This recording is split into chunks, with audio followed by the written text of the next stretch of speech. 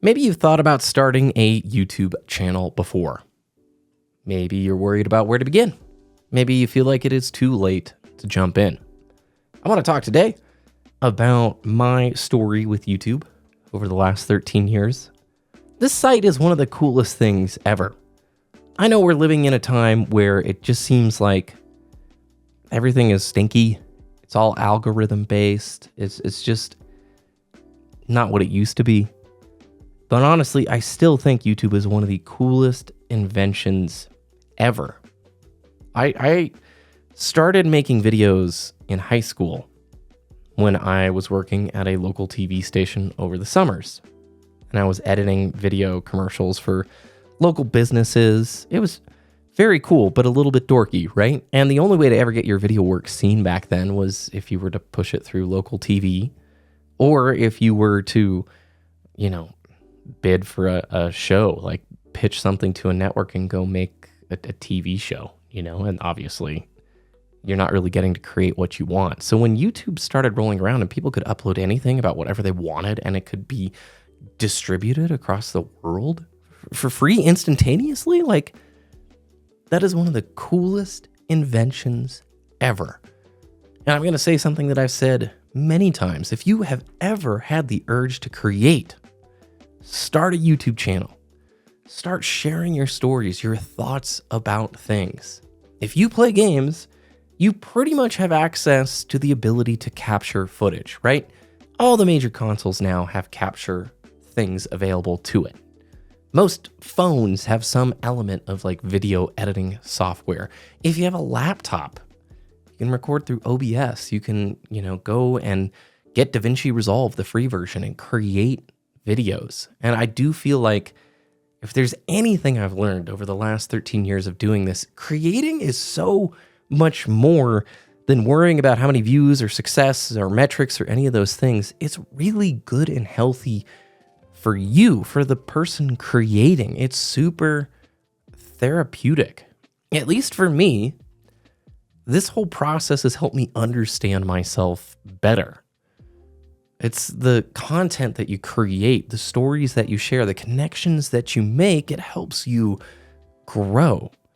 And whether it's gaming or art or music or whatever, if you're passionate about it, I encourage you, get involved.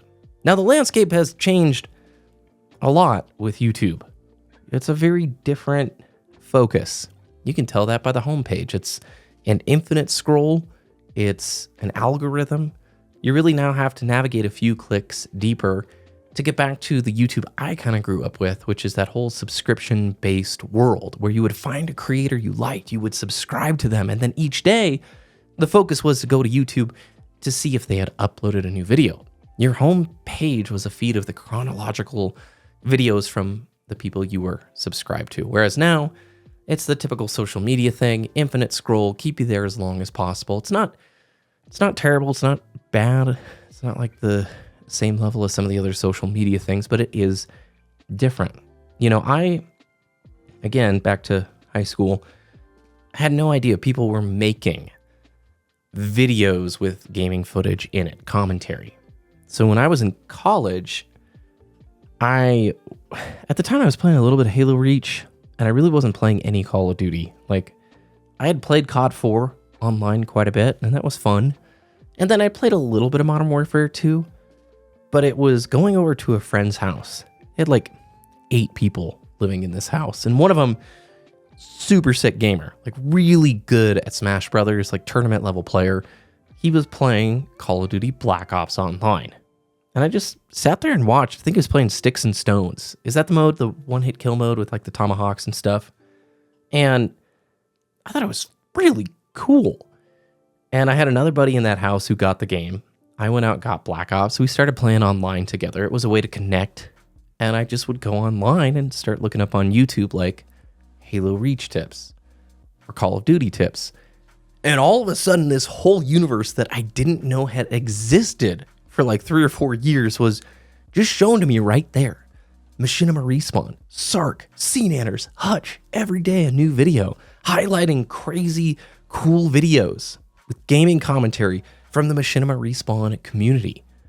This is like pre-monetization era. I mean, I guess it was starting a little bit for some of the big creators, but it was the most mind-blowing thing ever that you could record your footage, talk over it, and put it online and be a part of a bigger community. So it didn't take long. I was hooked. I got a Hapog. I started uploading. I had no idea what I wanted to upload. I just knew I liked making videos. I wanted to put things out there. And early on, a Halo Reach video caught the eye of the channel owner of iHaloZone, which was a community channel that was just starting. Back then, community channels were pretty big. I don't know if they're really a thing anymore. It doesn't seem like it, but you would have like 20 creators for the channel, or directors, or whatever it was called, and you would upload on it, and you knew if you were subbed to like an iHaloZone, you were going to get cool Halo content from a bunch of Halo creators within the scene. And it's how I made a ton of connections and met some of the just coolest people ever. And from that point on, I mean, the rest is sort of just a long history of getting to be a part in fun stuff and make cool videos. Like, it went from Halo into Destiny, and then from Destiny a little bit into Warframe, and then into a ton of FPS games. And now this year, where it's just sort of, I don't know, it sounds silly, but I'm just sort of following my heart and my gut, focusing on things that I'm passionate about. And that goes back to where that story started, the changing landscape. Everything is so algorithmically focused now, and I'd rather just focus on the things that are authentic, right? New creators, if you are going to start making things, I would just say chasing the metrics, I don't know if that will lead to fulfillment. For some who do this as their business and their livelihood, I understand that's the game you got to play, for sure. And YouTube itself has gamified the whole system. When you make a channel, they've got an entire like Creator Academy curriculum for you to go through.